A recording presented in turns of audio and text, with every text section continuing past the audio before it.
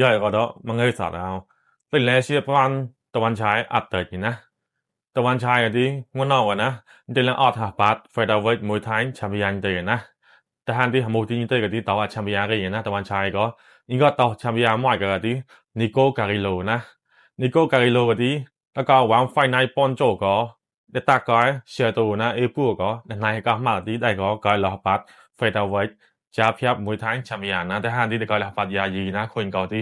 หมูตีตะวันชายก็เรื่องเอาแต่ปาก็วันชมาชินเนี่ยที่นิโก้การิโลที่ช่องตอนเล่นต่ออาแชมเปี้ยนในเจกันนะแล้วก็ยอมเฟดเอาไว้มวยไทยกันดีนะตะวันชายก็ดีในแต่ละปัวตาในปามวยไทยได้ตราออกกันดีแล้วก็น้ำบาสาวเต่าจันจาวีก็แล้วก็วันตลอดโอโจตลอดอินซีกันนะปัวที่ตะวันชายก็ตักก็สุวรรณปนนะแล้วก็อะไรบ้าที่ตะวันชายก็นายก็ตีเกโอดีปาได้เล่นก่อยแล้วนะนูก็ปัวสุวรรณปนมาต่อยตะวันชายกันดีเราไปมวยไทยที่ต้าในเราปัดป้อน200นะจะก็ยินดีก็มันก็ควายกลองเก็บปอกเซนนะ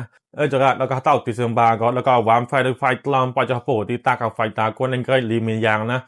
ปู่ก็แล้วก็อะไรมัวตักเลยมันหน้าเองก็นะตะวันชายก็จอนก็ว่าจะที่ปู่ก็เลยจ้าก็ตีเกโอนะตะวันชายก็คนเนี่ยจอนก็ก็ที่นี่ก็ตักเราปู่ตาในปัดมวยไทยเนาะก็ป้อนมันหน้านะจะก็ได้จอนเกิดมันต่อที่ตักปู่ตาในปัดมาบุนะ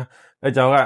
เราฟินิโก้การิโลที่ตอนก็วันชมชินเนาะตอนที่นิโนวันชมชินที่ตักจาก็พอยตะวันชายนะตะวันชายก็ในช็อตสิก็กุ้งในตอนที่มันนอกก็ในตัดเลยนะในห้างกับวิทยาแล้วในห้างกับไปซาโตนี่ตีกันที่ยังออดหาปัดเฟดเอาไว้มวยไทยตีนะ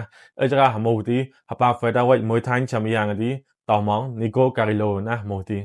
ใหญ่มันเลยสัตว์นะ